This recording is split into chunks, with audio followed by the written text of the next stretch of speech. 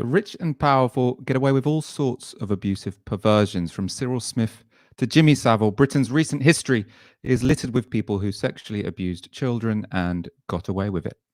On the other side of the Atlantic, the financier Jeffrey Epstein combined socializing with international elites with grooming underage girls. His close confidant and alleged accomplice, Ghislaine Maxwell, was arrested this week in New Hampshire after going AWOL since Epstein's suspicious death in custody last August. The arrest brought unwelcome attention back on our own alleged pedo, Prince Andrew. That's the lead topic of tonight's show, which I'll be discussing with Aaron Bastani. How are you doing, Aaron? I'm good. We're trying a new experiment tonight. We're using the GH4 camera. Oh, that's why you look so high definition. High definition. I'm doing the Michael Walker big head experiment. Michael tried it last week in the studio, who was a pioneer. Now I'm doing the big head experiment here in my own spare room. Right. We should do them at the same time. We need to have the same size head on the show. That's the only... That would be ideal. Condition, really, isn't it? On tonight's show, we have some big topics, as well as Prince Andrew. We're going to talk about the end of the eviction ban. And that's going to be at the end of August. The crackdown in Hong Kong, the fallout from David Starkey's racist rant, and Britain going back to the pub. As ever, tweet on the hashtag TiskiSour. We'll read out some of your comments live on the show. Share the show link. And give us your super chats if you feel like it. Go on. Ghislaine Maxwell, daughter of newspaper baron Robert Maxwell and close confidant of convicted paedophile Jeffrey Epstein, has been arrested and charged by the FBI. She is accused of assisting Epstein's abuse of minors by helping to recruit and groom victims known to be underage. It's the latest development in a very grim story, which has exposed the impunity of elites guilty of serious abuse. Epstein and Maxwell were friends with many of the world's rich and powerful, the Clintons, the Trumps, and famously, Prince Andrew. Epstein died last August in custody. Officially, it was suicide, though, given how much dirt he had on the rich and powerful and the convenient malfunction of 2 CCTV cameras outside of his cell at the time of his death. Not everyone is convinced. Prince Andrew was close friends with Ghislaine Maxwell and through her had close associations with Jeffrey Epstein. They hung out at Mar-a-Lago, Trump's pad. In 2001, Andrew and Epstein were pictured on a yacht off the coast of Thailand, surrounded by topless women, and Epstein was even invited to Andrew's daughter's 18th birthday party. In 2010, Andrew was pictured visiting Epstein after Epstein had been jailed for the crime of prostituting minors. All completely gross. It sort of tells you something about our establishment, that these are the circles they are moving in. But there are direct allegations against Prince Andrew. Let's get those up. I'm going to go to the section in Wikipedia because I want to get this right. So Giuffre, then known by her maiden name Virginia Roberts, asserted that she had sex with Prince Andrew on 3 occasions, including a trip to London in 2001 when she was 17, and later in New York and on Little St. James. She alleged Epstein paid her $15,000 to have sex with the Duke in London. Flight logs show the Duke and Giuffre were in the places she alleges the sex happened. Prince Andrew and Giuffre were also photographed together with his arm around her waist and included an Epstein associate, Ghislaine Maxwell, standing in the background, though Andrew's friends have repeatedly claimed the photo is fake and edited. Giuffre stated that she was pressured to have sex with the Duke and wouldn't have dared object, as Epstein, through contacts, could have her killed or abducted. The allegations have, as of early 2015, not been tested in any court. Now, it's these associations and these allegations, which is why the US Department of Justice want to interview Prince Andrew. This is from this week. Let's take a look. I'm not going to comment on anyone's status in this investigation, but I will say that we would welcome Prince Andrew coming in to talk with us. We would like to have the benefit of his statement. Was Audrey Strauss, acting US attorney for the Southern District of New York. In response to that statement, a source close to Prince Andrew's legal team told The Guardian. The Duke's team remains bewildered, given that we have twice communicated with the DOJ in the last month, and to date we have had no response. What's going on here? the US Department of Justice say they want to speak to Prince Andrew. Prince Andrew's peoples are sort of claiming ignorance and saying, we've emailed them. They haven't emailed us back. It's not a mystery. What the FBI want to do is get Prince Andrew in a room, have a proper interview, grill him. Who did he know? Where was he? Not only to find out, about allegations about Prince Andrew himself, but also to, unlock some of the keys to, this whole sorry affair. And Prince Andrew, him and his people, they're saying, well, we're happy to send them a letter, but they don't want to send him in person. And, obviously, if you're the FBI, you want to interview someone in person because then you can try and catch them out. You can see what inconsistencies are you going to find in their story. You can really dig. Prince Andrew's people, that's the last thing they want. If any of you watched the interview with Emily Maitlis last November, you will know why his advisors will be particularly worried about the idea of Prince Andrew being interrogated one-on-one with law enforcement. Let's take a look at some of the choice moments from that quite extraordinary interview. One of Epstein's accusers, Virginia Roberts, has made allegations against you. She was very specific about that night.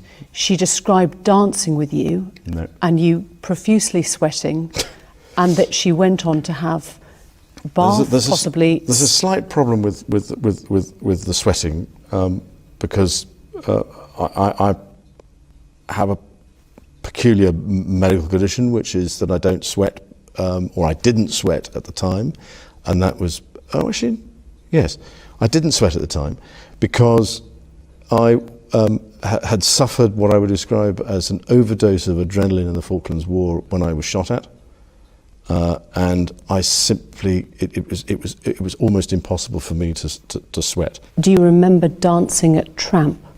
No, that couldn't have happened because the date that is being suggested, I was at home with the children. You know that you were at home with the children. Was it a memorable night? On that particular day that we now understand is the date, which is the 10th of March, I was at home. I was with the children. I'd taken Beatrice to a Pizza Express in Woking for a party at I suppose sort of 4 or 5 in the afternoon. Why would you remember that so specifically? Why would you remember a Pizza Express birthday and being at home? Because going to Pizza Express in Woking is an unusual thing for me to do. A very unusual thing for me to do. I've only been through Woking a couple of times, and I remember it weirdly distinctly. As soon as somebody reminded me of it, I went, oh yes, I remember that. Amazing. Did you watch that live, Aaron? Yeah, I remember watching it at home. I thought I should watch this. Everybody's going to watch it. Like the media's confecting this thing. It'd be like Diana with Martin Bashir. But that was actually this was not titillating because it's obviously talking about some pretty macabre, horrible, dark things. But just, it's coming through in the comments here, I'm sure. Just the manner in which he was lying so flagrantly. And I'm also about the most bizarre minutiae, like how he couldn't sweat. And it was kind of lie after lie after lie. It was really funny. In the end, you were just like, wow, what is going on? And apparently he came out of it. He was telling all of his kind of handlers that he thought he'd done a really good job, that he thought he'd put it to sleep, which it shows the level of detachment that these people have from the rest of us, I guess. Yeah, I know what you mean. Like that interview back then, there was sort of two thoughts you have, which is one, this is incredibly, phenomenal TV. The other is that these are really serious issues. What's happened? The background here is the abuse of underage girls. It can't really get more serious than that. But then also there's this sort of third element, which is the reason why his explanations are so shit and he hasn't realized they're that shit is because no one has ever challenged this man in his life, right? It's exactly the same as Dominic Cummings. He sort of stood up there and he thought this was all a reasonable argument. And, no one who has ever, had to explain something to their boss or had to, try and make an excuse to their landlord has ever thought that that kind of argument is going to stand up for more than 10 seconds, right? But these are people who have never had to do this before. So the moment they sort of stand up and think it's an acceptable, argument to say you couldn't have had relations with this underage girl because you don't sweat and you're in Pizza Express, and people find that incredulous, it's a complete shock to them. The serious point here, though, is that Prince Andrew, if you get caught up in something like this, I've got no idea if the guy is guilty or looks incredibly suspicious. But if you get caught up in something like this, the least you can do, especially as a public figure, someone in the public eye, is to say, look, I deny it, but I will obviously participate, cooperate with any investigations because this is an incredibly important issue. The fact that Prince Andrew will not even speak to the FBI, will not even speak to the Department of Justice about an international grooming ring, it's just disgraceful. And yeah, obviously he stood down from official royal duties, but he is not even being his country clubs. Give me a break. Exactly. We're also actually going to go, before I come back to you, because what really pissed me off, right, is that it's such a simple, yes, I don't expect our politicians to come down on the side of, yes, Prince Andrew is guilty or not guilty. One, because it's a difficult topic. It's very difficult to speak, categorically about these things. But the least you can do is say when there are allegations of an international paedophile ring, essentially, everyone, whatever their standing in society, should cooperate fully with investigations, because getting to the bottom of these issues is, more important than one can imagine, right? But this is Boris Johnson, our Prime Minister, asked about this exact topic this morning on LBC with Nick Ferrari. Let's take a look. Events that have happened within the last 24 hours, were an approach to be made by the US authorities to seek to interview Prince Andrew. What should the response of Her Majesty's government be? Nick, obviously, I think everybody's sympathies are very much with the victims of Jeffrey Epstein, but you wouldn't expect me to comment on matters affecting the royal family. It's not. It's just not the. I ask you what the government response would be if US agencies or authorities were to approach the British government, the Foreign Office. There's no such approach has been made. And otherwise, it really is a matter for the royal family. But were it to be made, what would the response of the British government be if they were to seek to have interviews or access to the Duke of York? Well, were it to be made, using your beautiful subjunctive there, Nick, it will be a matter, obviously, for the British government. But no such approach has Prime Minister. No such approach has been made. But you would assist the United States in its inquiries. It's a hypothetical question. But we would. No such approach has been made. It's a matter for the royal family. You block the US in its inquiries? I didn't say that. So you would assist the US in its inquiries? I think you're asking what we call a hypothetical question. It's a matter for it's a matter for the royal family. But of course, the law must be carried out, and the law must be observed. Because it is alleged one of these attacks might have taken place in London, Prime Minister. Well, I think, again... In which case the law must be taken out through the Metropolitan Police. These are not things that you would expect me to comment on. We don't traditionally comment on them, and it's a matter for... But the law would have to take its course if an attack took place in London. Of course. I mean, I just think it's disgusting. This is not a grey area. He said, I don't comment on the royal family, it's not precedent. It's like, if someone is wanted for questioning about an international paedophile operation, they should go and cooperate with law enforcement to the fullest possible extent. It's not, he said, it's a legal issue for... No, it's a basic moral question.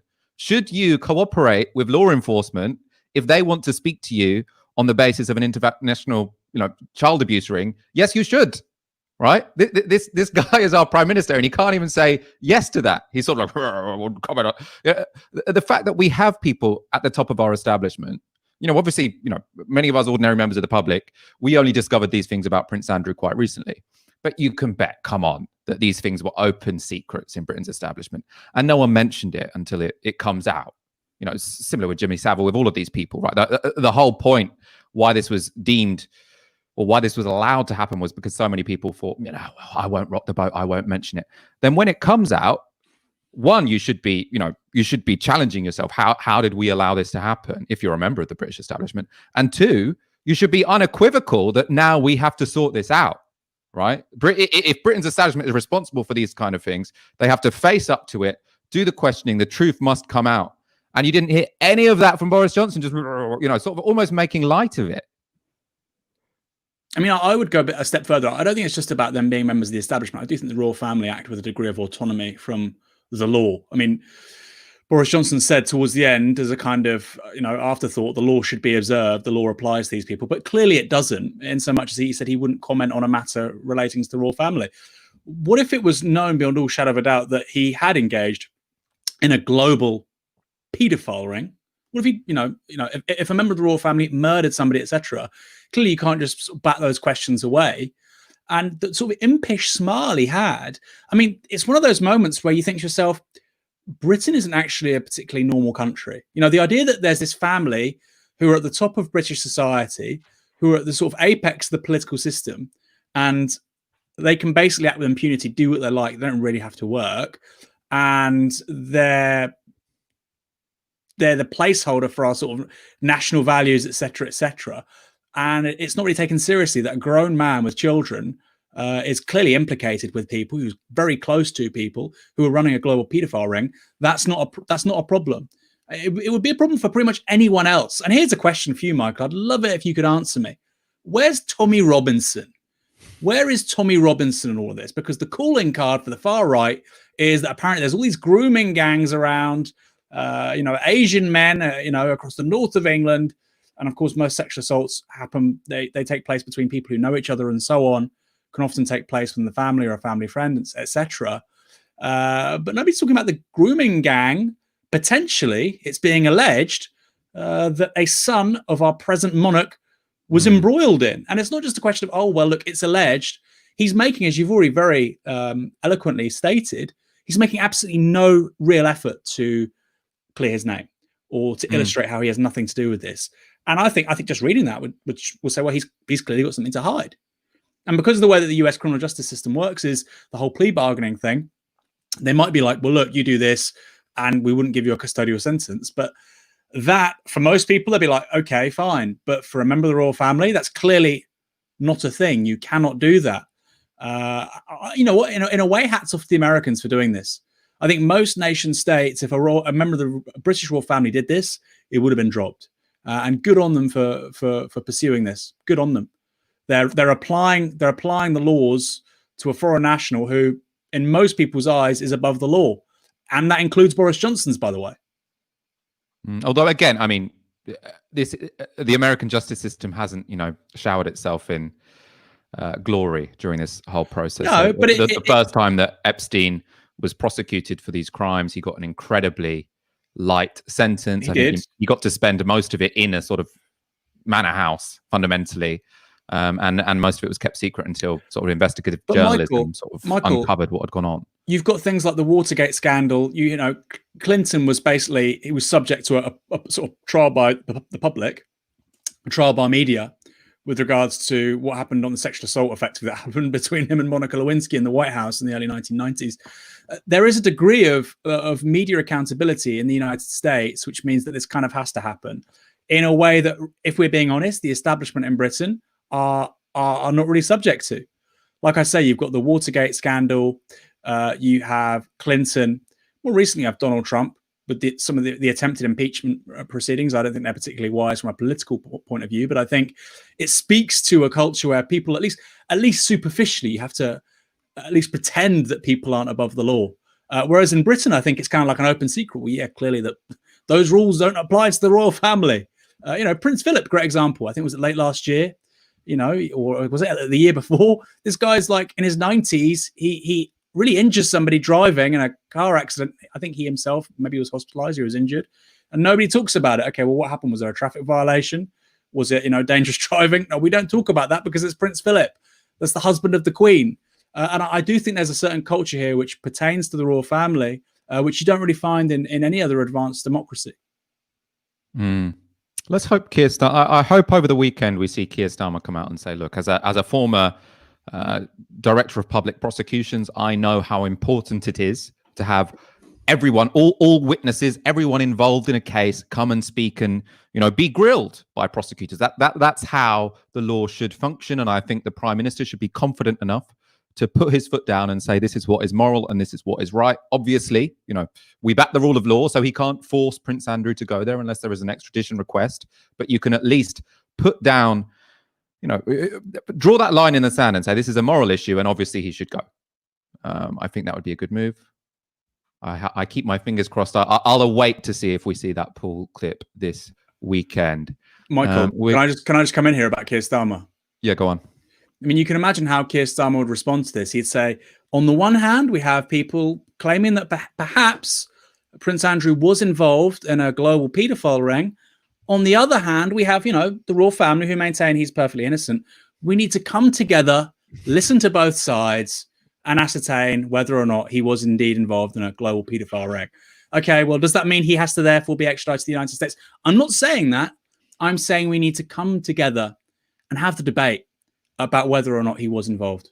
And it's like, we need to find a consensus. It's not even come to debate, is it? So we need to find a consensus. Substantively. Maybe there'll be 4 tests about whether or not Prince Andrew should be extradited. Or 6. How many is it this week? We've got Awesome Everton with a £2 super chat. He really doesn't, this is about Prince Andrew, he really doesn't know he's burying his own grave. And thank you to Rich Williamson for your super chat. Also, we've got over 2,000 people watching. These Friday shows are doing well recently. Let's get some more in here tonight, though. And we want to get that number closer to 3,000 while we are still live. Let's go on to our next story, which is about the government announcing that from the 24th of August, evictions are back on. So the government's response to the crisis for renters during this lockdown has been, I think, chaotic is probably the word to describe it, and inadequate, because basically what they said was that we know that, some renters, given that the economy has shut down, universal credit is quite difficult to claim, and housing benefit don't cover, most people's rent if you live in a city, especially if you live in London. So they said, what we're going to say is we're going to suggest that you email your landlord and you ask if you can get a reduction or if you can get some sort of extension. And why I say this is completely chaotic, because it completely depends on the whim of your landlord. So I know many people who've emailed their landlord and they've said, yeah, sure, I'll give you 50% off because I understand that you've lost your job. I know many people, myself included, who tried to make the argument. I mean, my income's continued through this period, but my partner have tried to make the argument to say, look, my income's collapsed. Can you accept 80%, 70%, whatever? And the landlord says no. If the landlord says no, you have zero recourse to try and make them reason with you. And what this has meant is that some people have just had to pay 100% of their rent, even though their income has dropped, and they've just become poorer as a result. Other people have found themselves in massive arrears. There currently is no system by which these arrears can be managed other than, again, by the discretion of a tenant and a landlord, which means that all the power is in the hand of the landlord. The only sort of security that has been provided to tenants over this period so far is that if you are in arrears, you can't get evicted. There's been a ban, a freeze on evictions, but that is going to be lifted on the 24th of August. This was confirmed by Lord Greenhalgh, I hope I pronounced that right, Minister at the Ministry of Housing and Communities and Local Government. Let's get a written answer that he wrote to Labour this week. So he wrote, from the 24th of August 2020, the courts will begin to process possession cases again. This is an important step towards ending the lockdown and will protect landlords' important right to regain their property. Work is underway with the judiciary, legal representatives and the advice sector on arrangements, including new rules to ensure that judges have all the information necessary to make just decisions and that the most vulnerable tenants can get the help they need when possession cases resume. Now, what does this mean? So there's one bit of this which is substantive, which is concrete.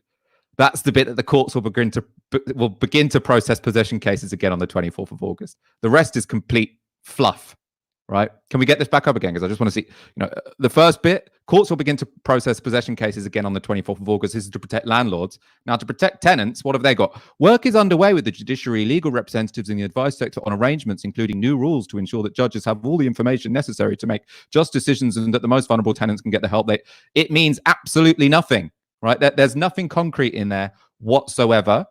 And the real danger here is that we get a wave of evictions straight after August. You end up with lots of people becoming homeless or ending up living in sort of temporary vulnerable accommodation. As we've talked about in terms of the Labour Party, the fact that these arrears aren't going to be forgiven means that as we enter into what could be unprecedented economic crisis, you're going to have loads of people paying off debt. Now, sometimes I get messages saying, like, you complain about the government all the time. What's your propositional response? And here, actually, I'm not a housing expert, so I'm going to borrow from the homelessness charity Crisis. They've come up with a bunch of reasonable, moderate, even, policies which the government could deliver, could propose at this point in time. They've obviously done none of them. Let's go through some of those. So they've said a duty for councils to provide emergency accommodation to all people who become homeless. So at the moment, you can go to your local authority and ask for emergency housing, but you have to be what classes as priority need. So either that means, I think if you're particularly young, if you're a parent, potentially if you have certain health issues, but many people are just told, sorry, you don't tick enough boxes, we can't help you. Ultimately, you're going to have to live on the street, or they'll direct you towards some charity, probably. They've also suggested temporarily lifting the benefit cap and the suspension of no recourse to public funds. No recourse to public funds in case, like Boris Johnson, you don't know what it is a condition which is applied to people who have, or some people who have right to remain in this country, but they're told you can remain in this country, but you can't claim any kind of benefits. Which means that ultimately, if your income has collapsed during COVID-19, you're completely screwed. And once the eviction ban goes, you could quite possibly end up on the streets. And they've also said giving judges discretion to not grant eviction orders if hardship is due to COVID-19. So that's to say, judges don't just have to say, well, the law says you haven't paid your rent, and so the law says your landlord can evict you. It's so the judge can say, look, let's take into account all of the information here. Because your income collapsed because of coronavirus, we think it would be unjust for you to get evicted straight away. None of this has happened. So basically, you've got a government who've said, we're going to wrap our arms around the public. All they did was ban evictions for 6 months, didn't come up with any kind of solution as to what was going to happen to people's rent arrears. And now, unless something changes between now and the 24th of August, they're going to be throwing people out onto the street. Aaron. This is crazy, isn't it? And also, maybe we can get that quote back up. The idea that landlords have a right to evict their tenants, that's not in the Universal Declaration of Human Rights. What is in the Universal Declaration of Human Rights, however, is the right to housing. And that's in a number of other global and regional human rights documents. I believe also maybe the Human Rights Act in this country sort of pertains to certain rights to shelter. I could be wrong, but it's absolutely in the Universal Declaration of Human Rights. It tells you how screwed up the rights discourse has become when you have people talking about the right of landlords to kick out tenants in the middle of a pandemic. This is a discourse around rights, which was meant to expand the autonomy, the liberty of the individual. Now, what Amartya Sen talks about, is an economist, Nobel Prize-winning economist, talks about how when you have these kinds of concentrations of power in society, this actually is unfreedom, right?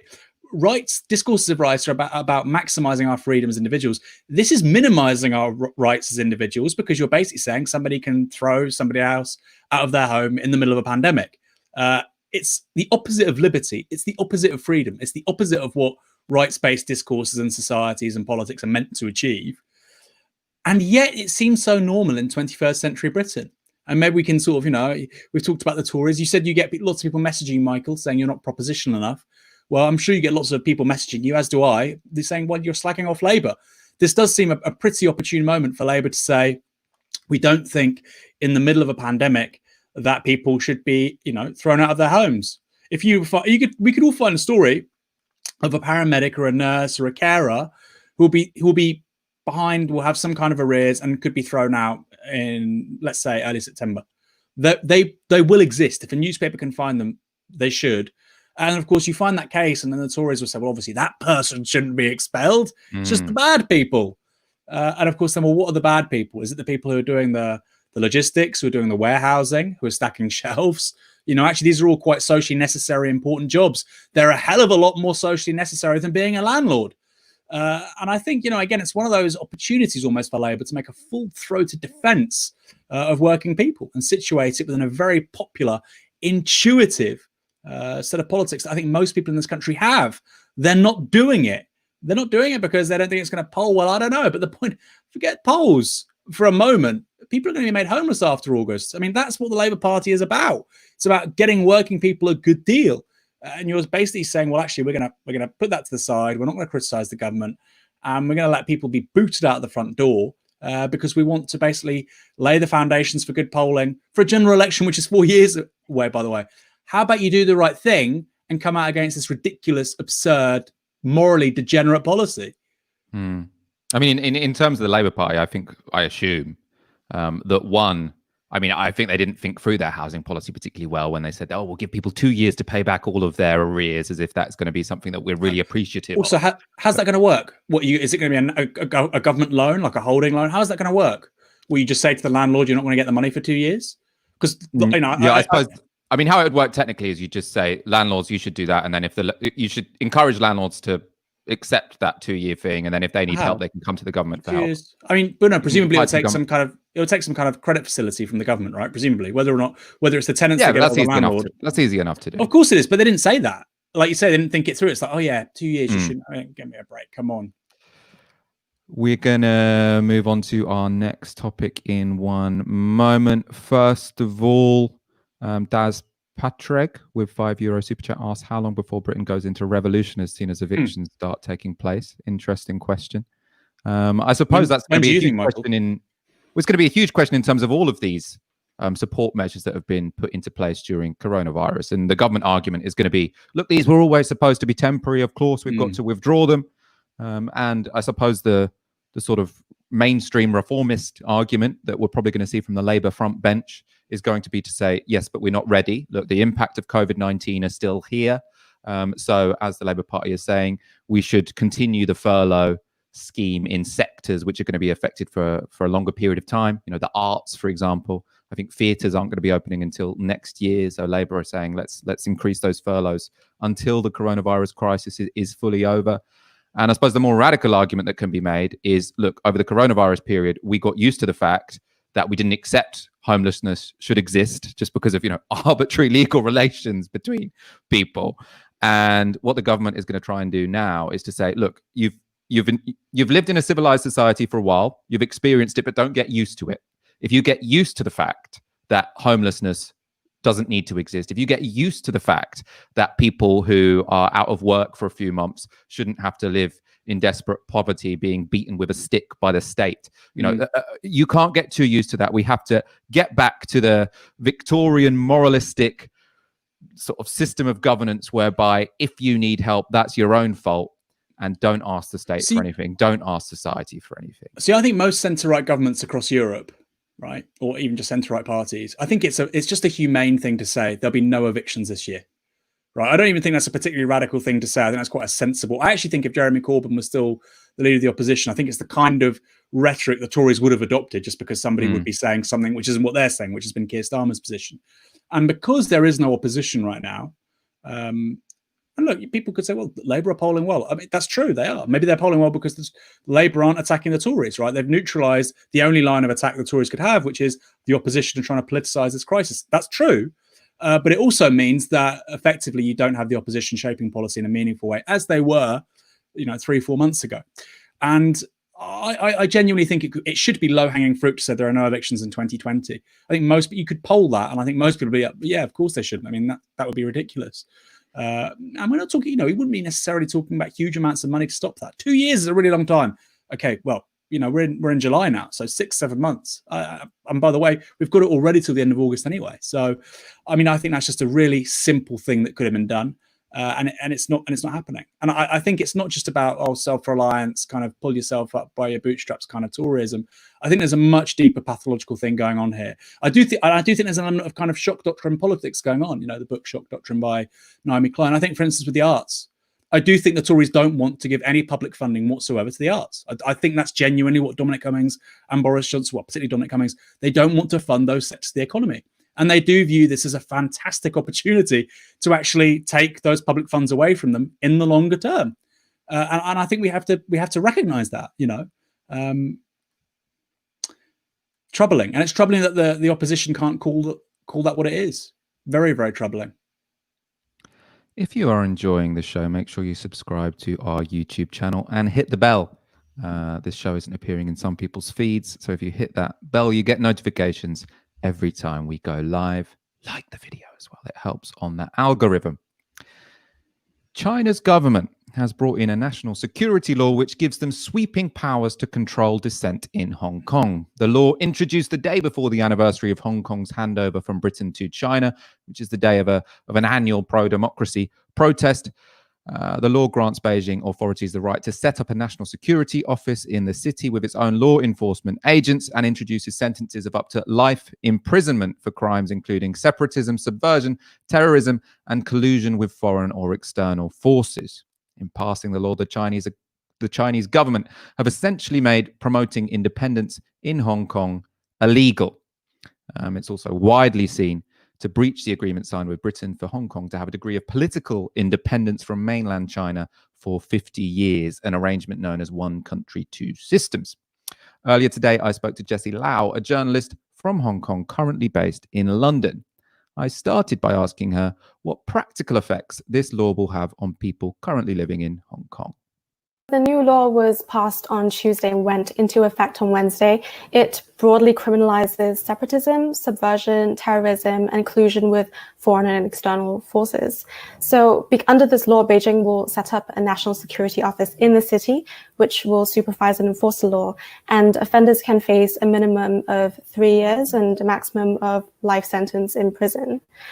So I think it's too early to say how the law will be implemented in Hong Kong, but it has already had a chilling effect on many pro-democracy activists, lawyers, workers, and people who have been actively involved in the movement and protests over the past year.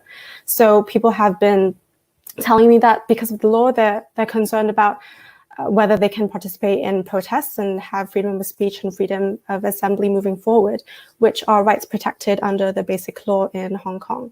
And it's not just about the right to protest, is it? You've had people who are sort of trying to delete articles from websites in case that could be interpreted as sort of fighting for independence for Hong Kong. I think people have been arrested for unfurling flags.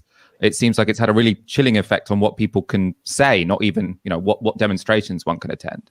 Yes, for sure. I mean, we've had 10 people being arrested under the new law during an unofficial protest on Wednesday, and one person has been the first to be charged under the law, and hundreds have been detained. So I think it'll be really important to see how these cases in particular will be handled.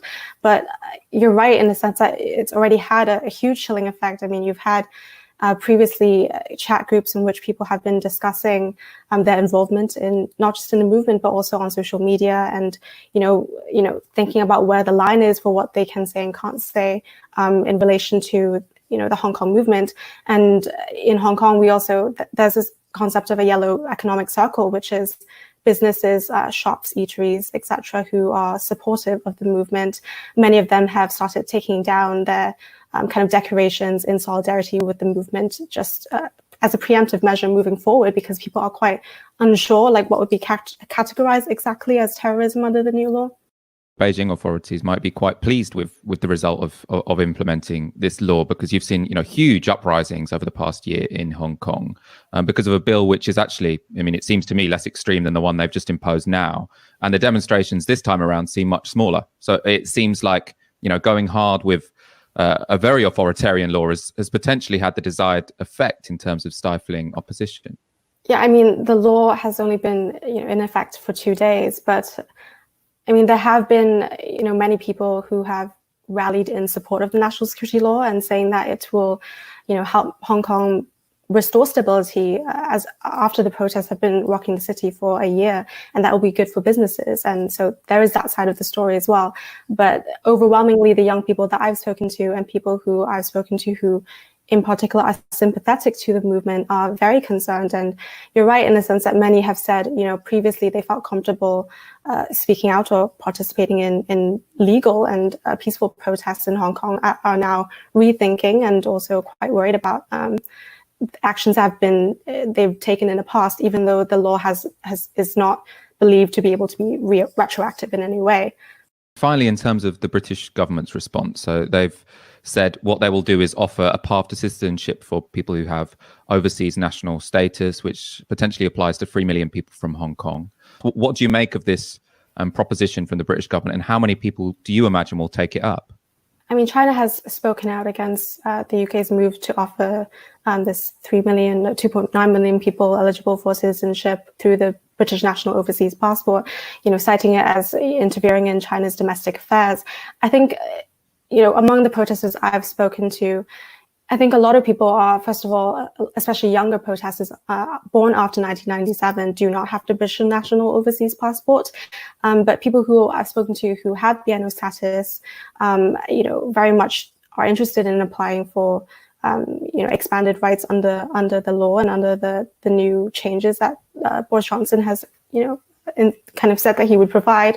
And so I think definitely people are considering these things. And I've also spoken to protesters who said that they're, thinking of maybe seeking asylum, moving forward. And Hong Kong has happened, there have been reports of Hong Kong seeking asylum in the US, the UK, in Canada, and also looking to move abroad in Taiwan. And so definitely that there's been a huge push, not just within these past 2 days, but in the months leading to the national security law being passed. This has been widely discussed amongst Hong Kongers. That was Jessie Lau, a writer and journalist from Hong Kong, currently based in London. We're going to talk a bit more, in detail about the British response to this, especially in terms of granting people citizenship. First of all, though, I did just want to sort of, underline how chilling the effects of this law seem to be. I don't know, you might have seen sort of interviews on TV news over the last couple of days where you've had people, live interviews where they're asking someone in Hong Kong a question, about Hong Kong independence or one country, two systems, and people are really reluctant to answer the question because they're not quite sure what is and what isn't illegal at this point in time. And it does seem to have been, many of the people who've been leading protest movements have basically packed it in. I want to get up this one tweet now, which sort of feeds into this or shows some of these implications. So it says, in media, a Hong Kong news site and platform for independent writers and democracy advocates has taken down 100+ articles at the request of authors. It's been a day of remarkable defiance, but a chill is also spreading through the city. Aaron, what I wanted to speak to you specifically about was this UK government response. So under the government's plans, all British overseas nationals and their dependents will be given the right to remain in the UK, including the right to work and study for 5 years. At this point, they will be able to apply for settled status and after a further year seek citizenship. And this could apply to up to 3 million people. I've seen it sort of reported from some of the political editors that the reason there hasn't been a huge revolt within the Conservative Party is because they don't believe that many people are actually going to come. But it's a fairly bold statement. What do you make of it? It is, yeah. And a lot of people have said, well, look, this is the return of, global Britain. How many of them would actually want to come here? The people who would want to come are the people who have more resources and, they might want to move businesses and so on. If your business is based in East Asia, you're not going to go to, the furthest western point almost of the continent of Europe. So I think, okay, people say 3 million, they're not all going to come here. You'd be looking at maybe hundreds of thousands. I don't think that would happen. But it's still significant numbers. And it's clearly at odds with the Conservative Party, which just until a couple of years ago said they wanted to reduce immigration down to the tens of thousands. I mean, that's so crazy that they would say that on the one hand. And now you have a Conservative government saying, well, we want to potentially provide citizenship for several million people. And I think it does show you the depth of that sort of. For me, that's the biggest takeaway. And I don't mean that in a sort of to denigrate what's going on in Hong Kong.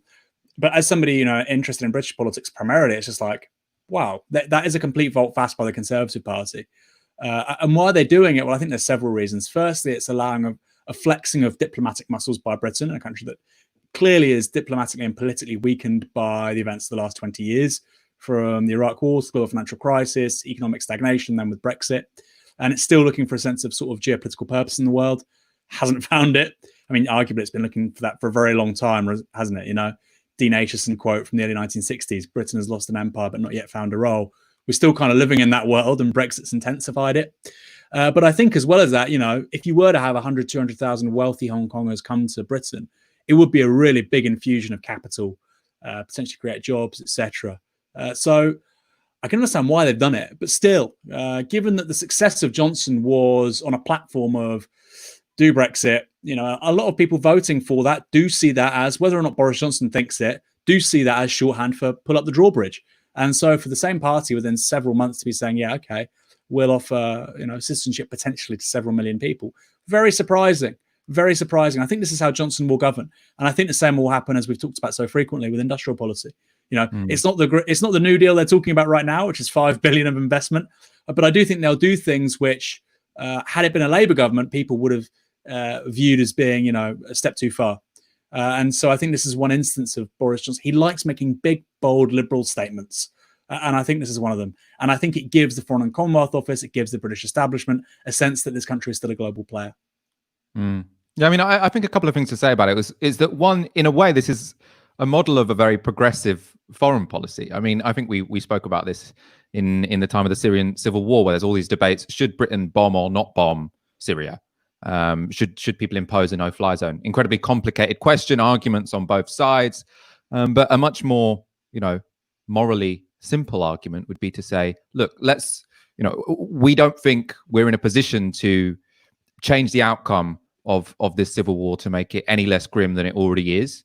But what we can do, what's morally unambiguous, is we can provide a home to any Syrians who want to come here. Germany kind of did go down that route. Britain very much didn't. And this seems to be, almost what they've done here. They say, obviously, Britain, even though it's opposed to what the Chinese government is doing in Hong Kong, can't really intervene in any material sense. So what can they do? They say, well, if you live there, you can come over here. I think it's a good model of foreign policy. I mean, obviously, the reason it's happening here and not anywhere else is not because of, our government feels so morally obliged in this situation. It's one that it serves quite a useful ideological purpose for this Conservative government, which is that they can sort of paint it as these are victims of communism, which is something that this very ideologically driven Conservative government are quite into. Also, it's sort of one of the few situations where they can sort of claim, people were better off under British rule than they are under communist rule. And as you say, they think these are going to be people with high levels of sort of human capital, very economically active. And none of this is to say, the left should oppose giving Hong Kongers citizenship because the incentives, the motivation of the government aren't pure. If their incentives and motivations happen to align with a policy which otherwise seems like a fairly decent thing to do, obviously you've got to go along with it. But you also need a proper understanding of why things happen and why they're offering citizenship here, but not in many other cases where people desperately need it. I mean, look, particularly after 2010, when Theresa May was the Home Secretary, I had friends who they had a partner who was maybe earning £30,000, high 20s, and they had to leave the country, And I think that really speaks volumes to what's happening now. And all of a sudden, you're saying that several million people can come over here. Like I say, I think they're doing the right thing for the wrong reason. Don't get me wrong, but it's really incredible to watch. And another thing to say, and you see this a lot. I mean, with sort of Conservatives, they get these talking points at the early stages of a policy idea, and this is a early stages of a policy idea. That we're kind of not that far into it yet, but it's been speculated on for a couple of months now. Yeah, basically since the beginning of this year, it's been speculated on, hasn't it? This idea of giving them full citizenship after a certain period of time has elapsed. And I've heard Conservatives say, well, these could be like Cubans amongst the Latino vote for Republicans. This would, if we have 2 million people from Hong Kong come over here, actually this kind of thing Fraser Nelson just kind of brain farts onto Twitter. And they'll be Tory voters because, of course, they're wealthy Hong Kongers, and they hate China and they hate, communism. And is that a reason for doing this? I don't think it is, but it's just interesting to see the kind of intersection of reasoning, like you say, amongst various kind of sediments of the Conservative thought hierarchy. Will they vote for us? Potentially. Certainly more so than most BAME voters. Will they be in major cities? Probably, yes. That helps us electorally as well. Will they, like you say, bring over human capital and capital? Yes, they will. And is it two fingers up to the Chinese? Absolutely. But still, I mean, wow. We have had immigration. We were told by all these people in London for 25 years, immigration was the number one issue. People want to bring immigration down. It matters so much to the average white working class person in this country. How dare you say that isn't true? And now the Tories want to give 3 million people potentially citizenship. I mean, it reveals the whole thing to be complete crap, right? It was complete baloney. It was about ensuring that we didn't have a conversation in this country for 20 years about class and how people, whether they're white, brown or black, are kept down by a wealthy elite in this country who have completely accumulated all not only political and economic power, but cultural power too, which means that they foreclose any sense of possibility beyond the status quo. And what this has done is just completely blown that out of the water. It's revealed it for being a transparent, brazen means of dividing working people. And I think we should probably talk about that. But the left doesn't want to talk about it because, of course, the left doesn't want to say, well, and we're not. I mean, I'm not against these people coming here, by all means. I think we should massively increase the number of people given political asylum in this country. But we should also say, well, hang on, there's a double standard here. How come these people can come over, but at the same time you're deporting, Windrush immigrants who had lived here for 50, 60 years? Why is that happening? It's an interesting question. It is an interesting question, but we are also going to move on to our next story. Tweets on the hashtag Tisky Sour. Mark Lungley says, watching Tisky Sour on Navarro Media, they are talking about the Tories starting evictions. Again, best defence, join a renters union like Acorn or London Renters Union. I wholly agree with Mark Lungley. Google them now, join. And Michael with a £5 super chat. Thanks for the steady flow of shows recently. I also love the format of the pre-recorded videos that are released like the one earlier today. I think that's probably a reference to Aaron's fantastic video about David Starkey. You covered sort of many of the historical inaccuracies in what he said, and we are about to return to that story now to talk about a bit more of the political fallout of what has happened over the last 2 days. So obviously, if you're not aware of who David Starkey is, he is one of Britain's most prominent, most famous TV historians. He was an honorary fellow at Cambridge College. We'll get onto that in one moment. But anyway, he spoke to Darren Grimes on the new right-wing channel, which is supposed to, the argument they make is that you can speak freely on their channel, and boy, David Starkey did. Let's take a look at the moment, which has rightly caused absolute outrage across the country.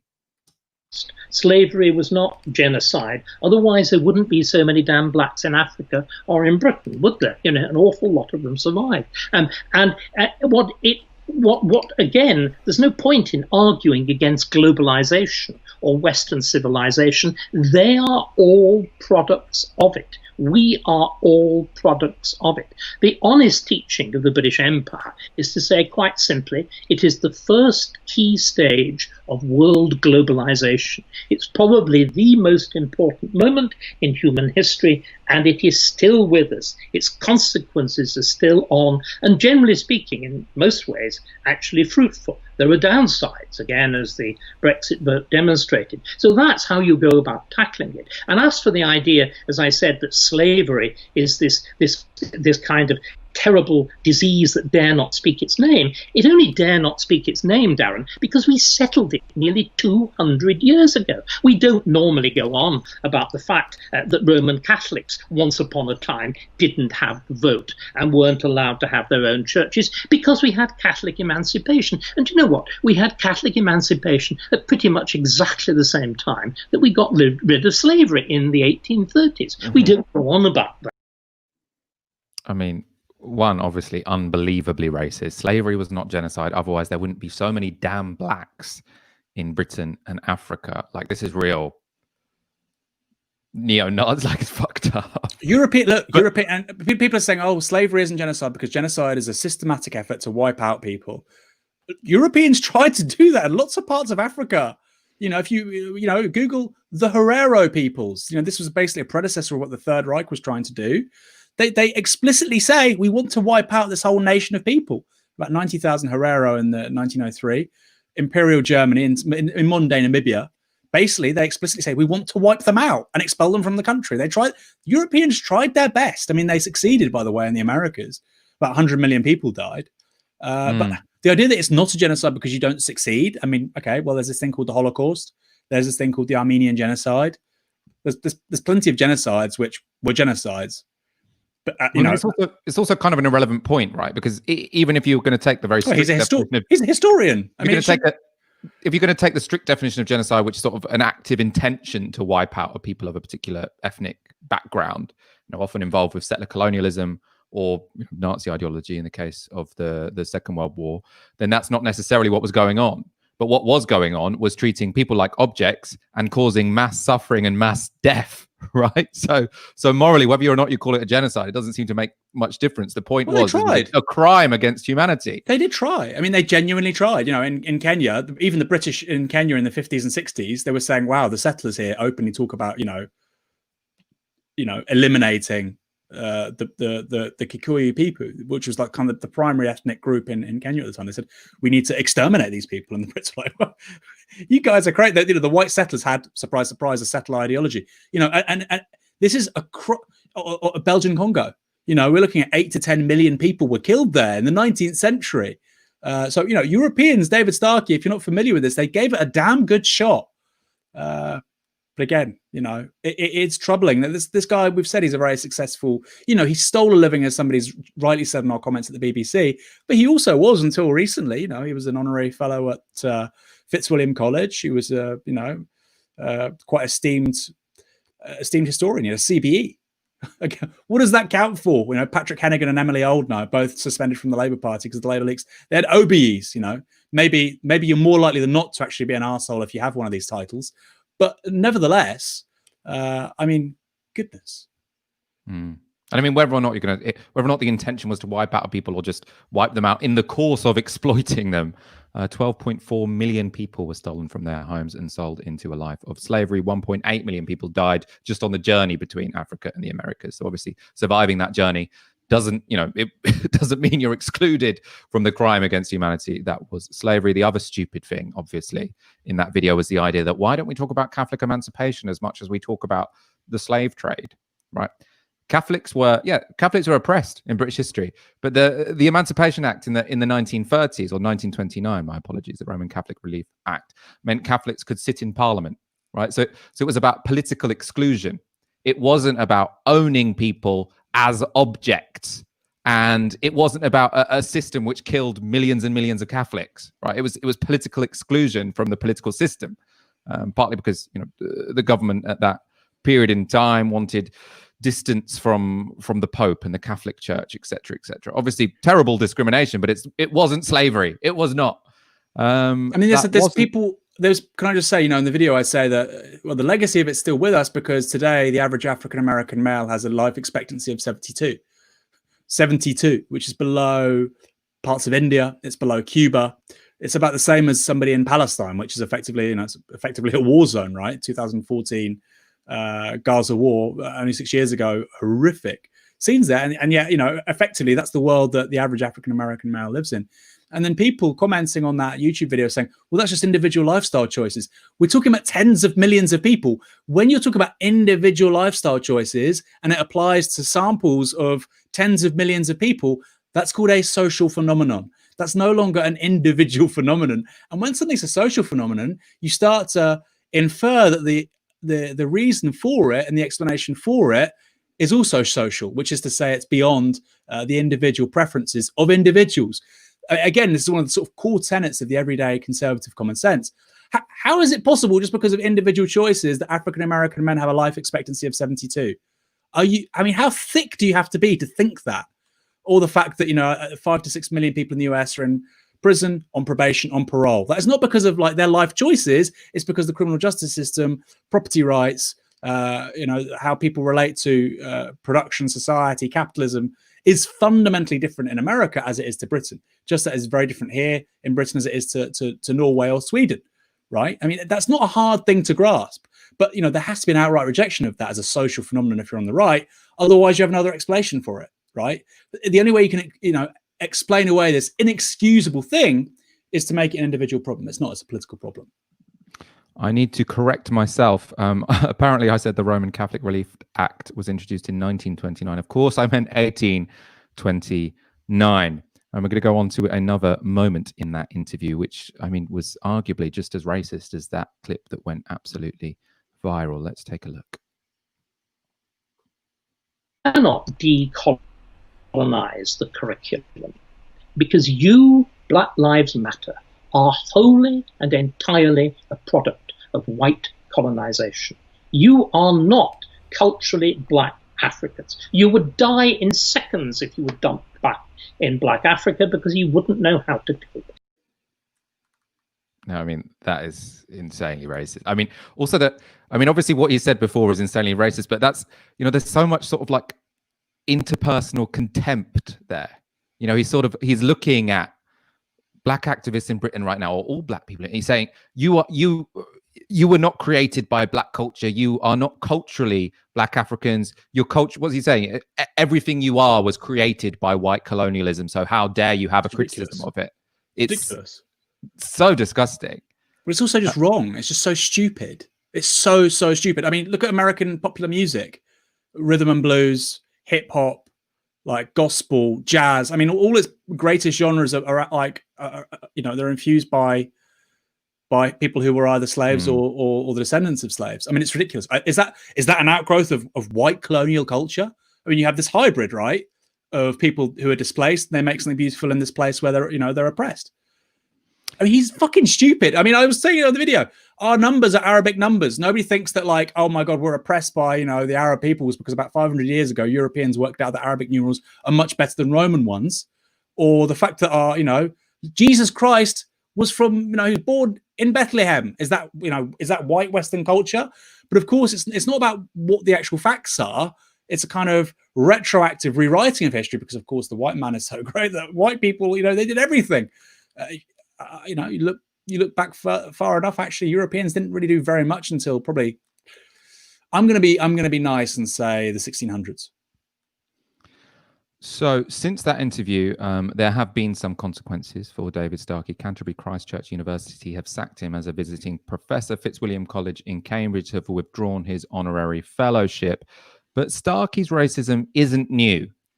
This is not someone who hid their prejudice against black people.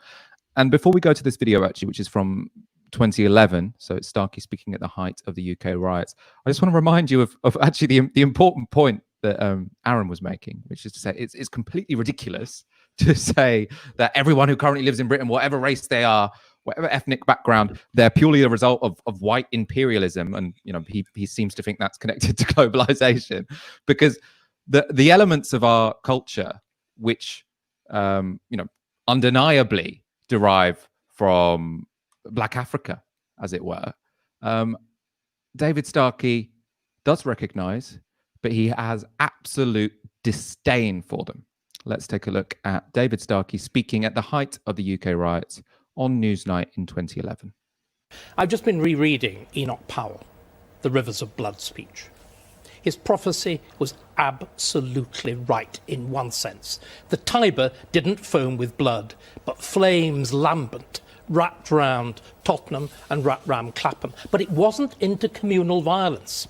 This is where he was completely wrong. What's happened is that a substantial section of the chavs that you wrote about have become black. The whites have become black. A particular sort of violent, destructive, nihilistic gangster culture has become the fashion. And black and white, boy and girl, operate in this language together. This language which is wholly false, which is a Jamaican patois that's been intruded in England. And this is why so many of us have this sense of literally a foreign country. So, I mean, he makes it up depending on who he wants to delegitimize. So the rioters in 2011, culturally black. The Black Lives Matter protesters in 2020, culturally white. I mean, this guy's a crank. What the hell is he talking about?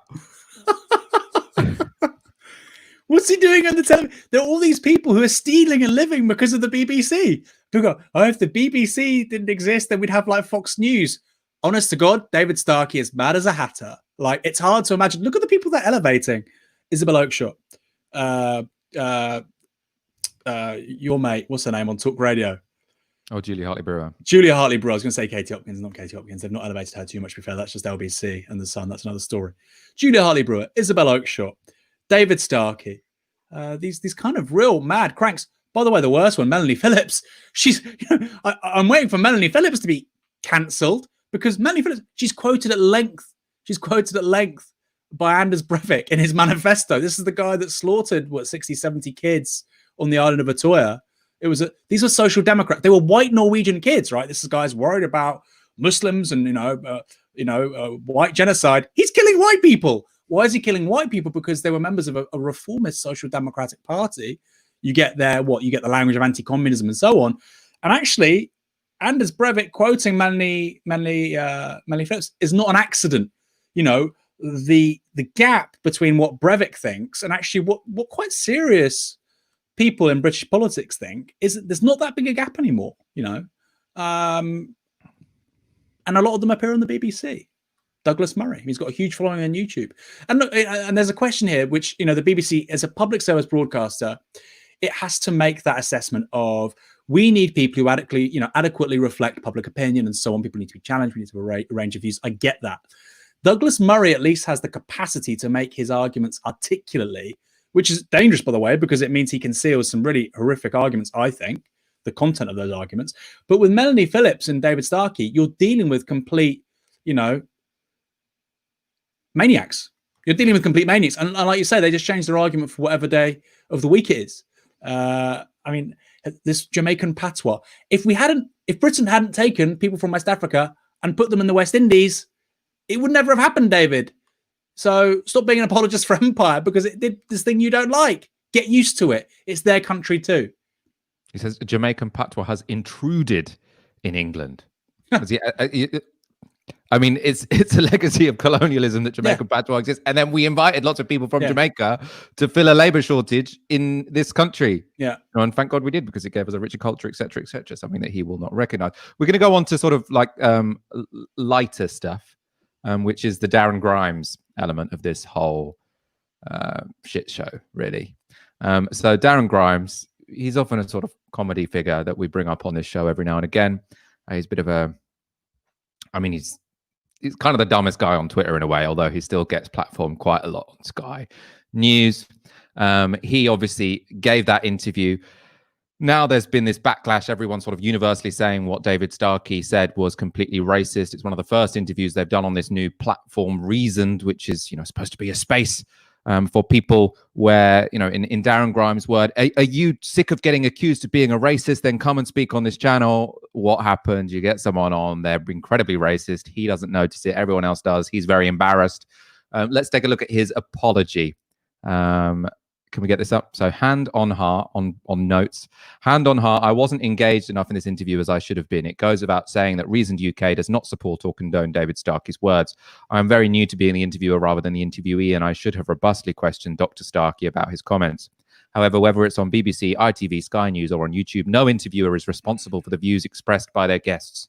As Reasoned UK, you'll always find unfiltered opinions, allowing the audience to make up their own minds. That said, in future, I can promise that there will be a host who is much more willing to challenge those opinions. Now, that's sort of Darren Grimes saying, I just wasn't concentrating in that particular period. You know, it's a live interview. These things happen. What could I have done? I should have challenged him in that moment. Now, I mean, one problem with this is if you want to be an interviewer, like, you know, fix up. Two, you know, if you're creating a space which is for people who've been accused of racism, I mean, it's not a surprise when some of them spout racist nonsense. But also, let's look at this tweet that he sent 24 hours before that apology. Slightly at odds with what he says afterwards. So he says, they say never meet your heroes. Well, I virtually met one of mine, and it was bloody fantastic. Dr. David Starkey and I discussed the scholarship behind the laudable slogan of Black Lives Matter compared to the movement seeking to delegitimize British history. Have a watch. We can also get up his tweet from Parler. The sort of right-wing version of Twitter that we talked about on a previous show. It's so good, I'm watching it back again. This is not a guy who disagrees with anything David Starkey said. He was nodding along as he was saying it all. I mean, obviously, I can't confirm he agrees it, but the evidence is pointing in one direction, isn't it? The dumbest take, I think, was from Julia Hartley-Brewer. Let's get this up. So she was defending Darren Grimes. Remember when everyone attacked Emily Maitlis about what Prince Andrew said in that interview she did with him on Newsnight? No, me neither, right? The point there she's making is, look, you can, it's not the responsibility of the interviewer what the interviewee says. Now, we showed you a little bit of that interview with Prince Andrew earlier in the show. I think if Emily Maitlis, straight after doing that interview, had tweeted, they say never meet your heroes. Well, I virtually met one of mine and it was bloody fantastic. I think people would have had something to say if after that interview she called Prince Andrew one of her heroes. But also Prince Andrew was lying through his teeth through that interview. The equivalent is actually Prince Andrew going, yeah, I do love spending time with teenage girls. I really enjoy it. And she's nodding her head going, yeah, I bet you can. And then afterwards, and then sharing the interview afterwards going, had to watch it again. Brilliant. What an amazing man. That's the equivalent. I mean, Julia Hartley-Brunn knows what she's doing. Fine. Again, she's another one stealing and living. Fine. Let her do it. Again, the thing is, look, it's a free country. You can spout all the bullshit you like. The thing that I don't like is the BBC kind of giving it a veneer of legitimacy. It's ridiculous. And it's not just a one-off. People from Navarro go on the BBC, whatever. She's one of the mainstays, right? There's 4 or 5 people who basically every week are on BBC Question Time. And they say really batshit crazy things. And all I want to say is, look, if you're going to have one of those from the right, have one of them from the left, right?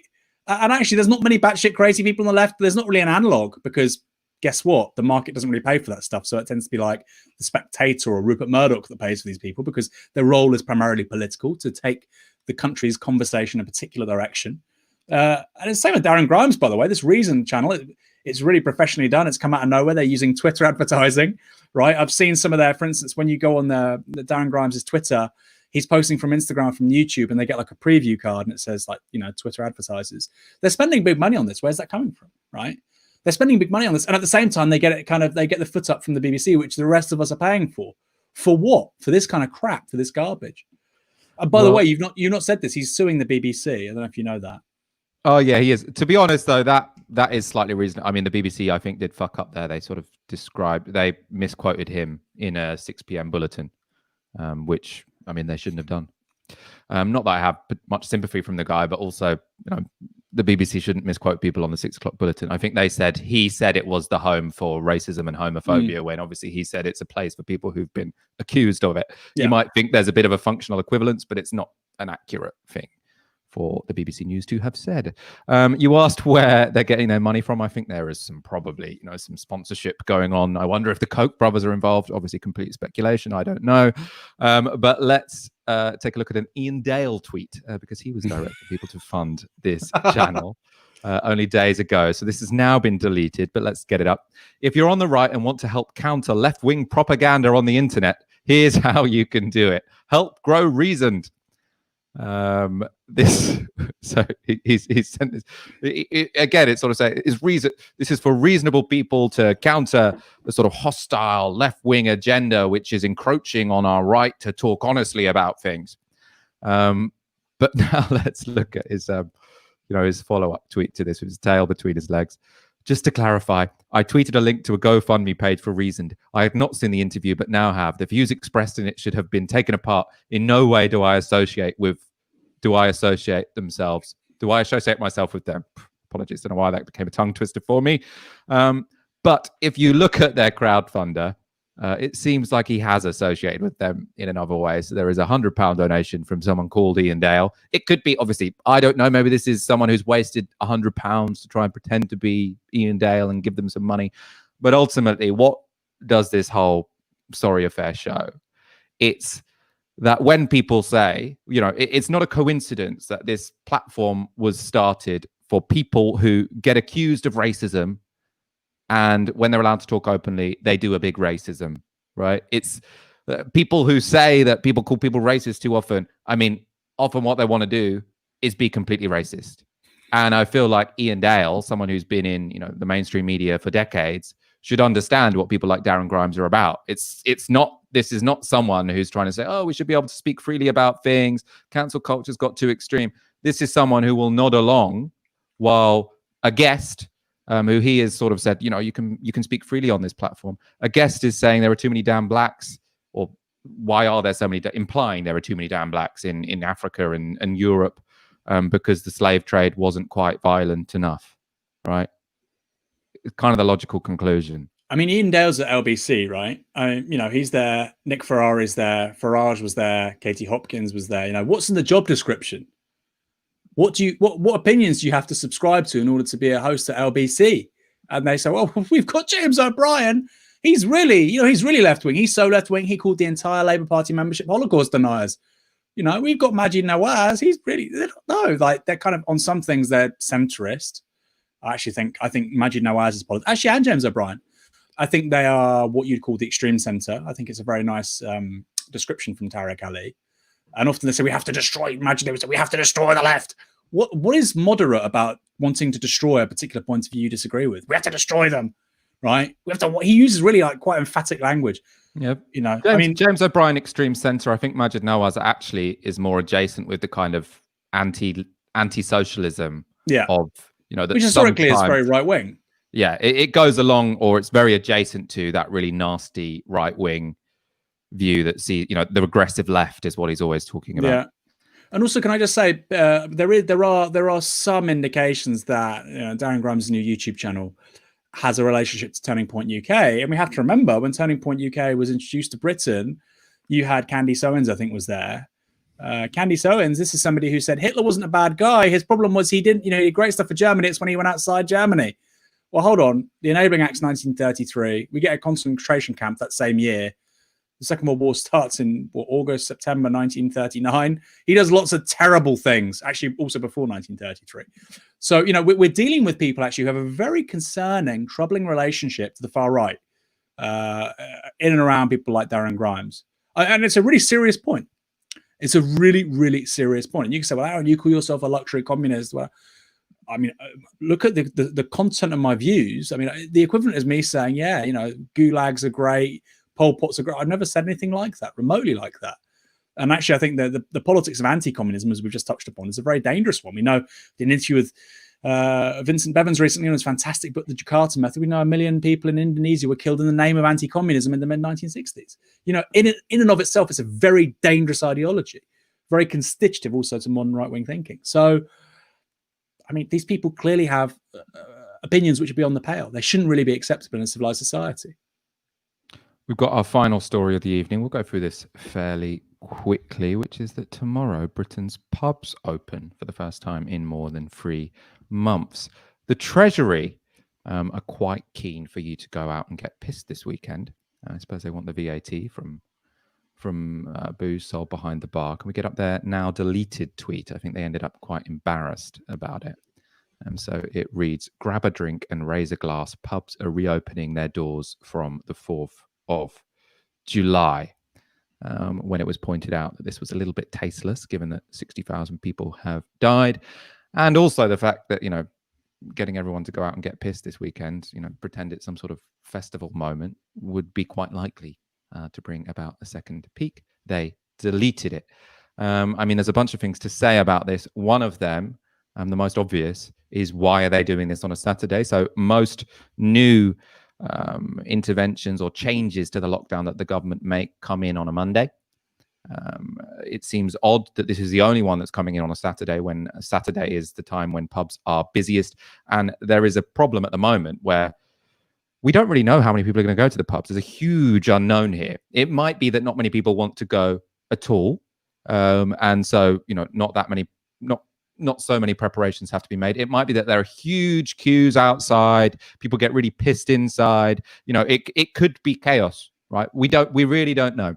And if they'd started on a Monday, which is just organically a much less busy day, then we would have had time to work out, if by Saturday new precautions had to be put in place. But no, they wanted to introduce us back into pubs with a bang. And it's really obvious why this happened, right? It's because Boris Johnson wanted the headline Independence Day on the front of a tabloid newspaper. He wanted this idea, on the 4th of July, we're going to have Independence Day. I'm sure there was someone in the room, probably one of the behavioral people from Sage, who was sort of like, are you sure you want to do this on a Saturday? He's like, yes, we have to do it on the 4th of July. This is an opportunity we cannot possibly miss, which means that tomorrow, pubs are going to be reopened. It's one of the places where new outbreaks are most likely, because people speak loudly in pubs. You're in an enclosed space. If people are getting drunk, it's going to be very difficult to social distance. Also, it's completely unnecessary. Why not just go for a beer in the park? I don't know. Maybe you disagree, Aaron. Are you going to be going to a pub this weekend? No. Why would you spend like £5 or £6 to go somewhere to get table service and have your back turned to everybody else? Why would you do that? I'm sure some people will. But why would you do that? I mean, most people can't afford it when it's a nice, pleasurable experience. Some people have an all-day bender. And I think what you've not said, what you've said it many times, actually very, very well on previous shows, is that, what we're seeing here is effectively a long-term effort of psychological warfare being waged against the public, where we're going to, open all the businesses.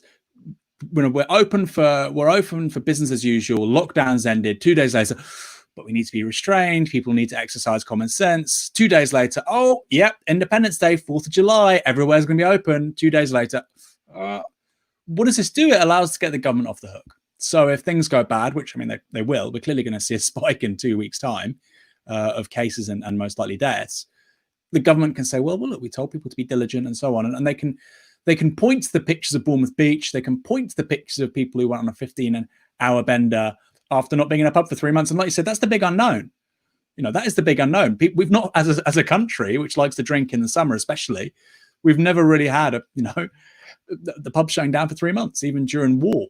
And so it could be a sort of a big national bacchanalia. It might not be. Maybe it will be very restrained, and we don't know. All of these things are really unprecedented. But like you say, to take that risk on a Saturday in the middle of summer at the beginning of July, I mean, it's really strange. And from a business perspective, like you say, it would make so much more sense on the Monday. You could check out inventory, staffing levels, security. You could implement social distancing measures and work. You could work out what's effective and what's not, what's necessary, what's not. This is in no way an orderly, sensible method of reintroducing us to normality. I mean, it's anything but. Maybe you might be watching this thinking, Michael and Aaron, you're being incredibly unfair to Boris Johnson. I'm sure there is some sort of logical reason why they've chosen Saturday over Monday. It can't possibly be just because Boris Johnson wants to have an Independence Day headline in a tabloid newspaper. There must be some sort of scientific or organizational or business reason as to why pubs are opening tomorrow. Well, that question was put to Boris Johnson this morning, again on the Nick Ferrari show on LBC. Let's take a look at how he justifies reopening pubs on a Saturday night. Well, there are other measures brought in on a Monday. Yeah. Why Saturday? Ed, look, we thought about this. Thanks, Ed, very much. We thought about this carefully, and I think we wanted to give pubs time to prepare. We wanted a date early in July, and when I look at what is happening, I hope very much that people will behave responsibly and enjoy summer safely. To his point about Monday, why not Monday? I hope that this will be a reasonable time for people to get ready to enjoy themselves at the weekend, but to do it in a safe way. The question is it? Why not Monday? I don't think, frankly, it would make much. You don't think more people go out on a Saturday? Well, I hope that people will do this sensibly and safely. And I mean, everything he said there was so fucking stupid, right? So why, if you done it on a Saturday, not on a Monday? So they have time to prepare. Well, if you did it next Monday, they'd have 2 days more to prepare. They'll have time to, prepare these screens or whatever they need. He says, we wanted a date in early July. Well, guess what? The 6th of July is still early July. Like, this does not make any sense as to why you have to open on a Saturday instead of a Monday. And then what does he do? He's got this pivot to blaming the public. So you're trying to put me under scrutiny. Well, I hope the public will behave responsibly, which is basically saying, if this all fucks up, blame the public. He's saying, it won't make a difference if it's on Saturday or Monday. It's kind of saying, government decisions, what we do ultimately doesn't matter. So don't even bother grilling me. You should be grilling the public. It's their problem if we've seen actually that they've said pubs should put the commentary down if they're playing a football match so that people don't shout. I don't know if they're also going to be banning anyone in the Premier League from scoring a goal, because that's when all the aerosols are going to be released in that inside space. Before I go to you, actually, Aaron, I'm going to go to a video from Chris Whitty. Johnson is sort of putting forward the persona of gay abandon, everyone just be responsible. Chris Whitty seems a little bit more worried. This is him speaking at today's press briefing. Let's take a look. The biggest risks are when lots of people from completely different households are brought together in close proximity indoors. And whether that's in a pub or a cricket pavilion, that is a high-risk activity. And that's the reason why the really quite onerous social distancing guidelines that are going to cause a significant change to pubs and cause difficulties for many publicans, and we all recognise that, are so essential. There is no doubt these are environments whose principal job it is to bring people together. That's a great thing to do socially, but it's also a great thing from the virus's point of view. And therefore, we do have to have really clear and really disciplined approach to trying to maintain social distancing whilst also enjoying pubs. And this would be true in any other environment. I mean, why would you go to a pub after hearing that? I mean, could anyone have made a sort of experience sound worse than sort of like, yeah, this is the most dangerous thing you can do in the middle of a pandemic, which is go into an enclosed space with people from lots of different households. It's kind of nice because you get to meet people, but it's also fantastic for the virus. I mean, why don't we just have a pint in the park? Right. If there are all these downsides to going to a pub, and also, I mean, we haven't seen what they're going to look like yet, but it seems like you're not going to be able to stand up. You're not really allowed to talk to other households.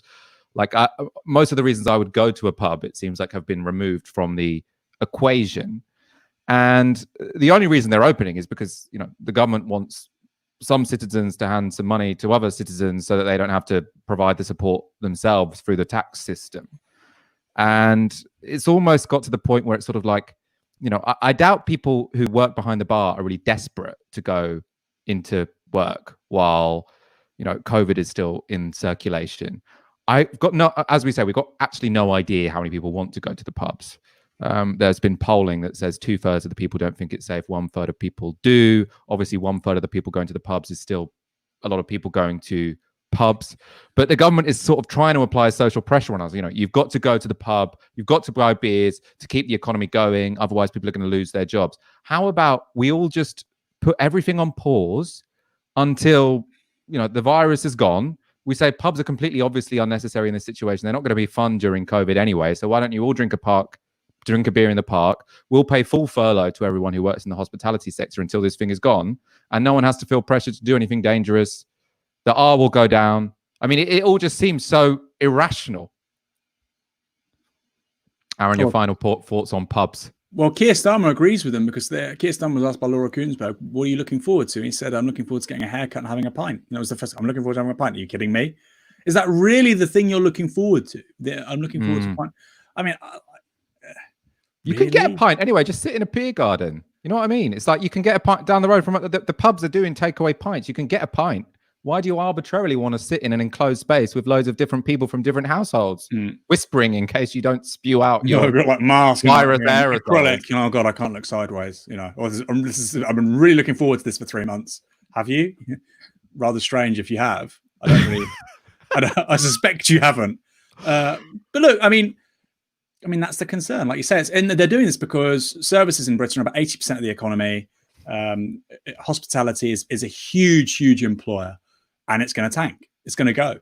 But like you say, this is, you know, I generally think we shouldn't be extending furlough too much. I think we should actually have a conversation about, well, we need to reallocate labour to other parts of the economy temporarily.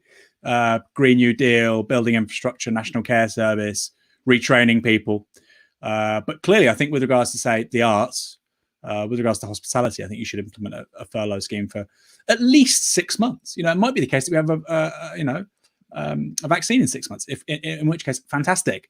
You know, I just don't know why we're doing this. And also, I think there's going to be a false economy, because if it does work out that this was a bad decision, the R rate spikes, we, you know, overwhelm hospitals again, the whole economy is going to have to shut down again anyway. So I don't think there's any argument to be doing what we're doing. I don't think there's an economic argument. I don't think it's the public health argument. I certainly don't think there's a moral argument. I think it's, you know, it boils down basically to the fact that the government are a bunch of fuckwits. But Keir Starmer and Boris Johnson are going to get to pose with a pint that they didn't really want to drink anyway. That's it for tonight. Aaron Bastani, always a pleasure. My pleasure. Thank you, everyone, for your super chats tonight. If you want to support us directly, then please do go to novaramedia.com/support so we can continue to grow and sustain ourselves. We'll be back on Monday, so make sure you hit subscribe to not miss that. Have a great weekend. Go to the pub if you want. Probably don't bother. You've been watching Tisky Sour on Novara Media. Good night.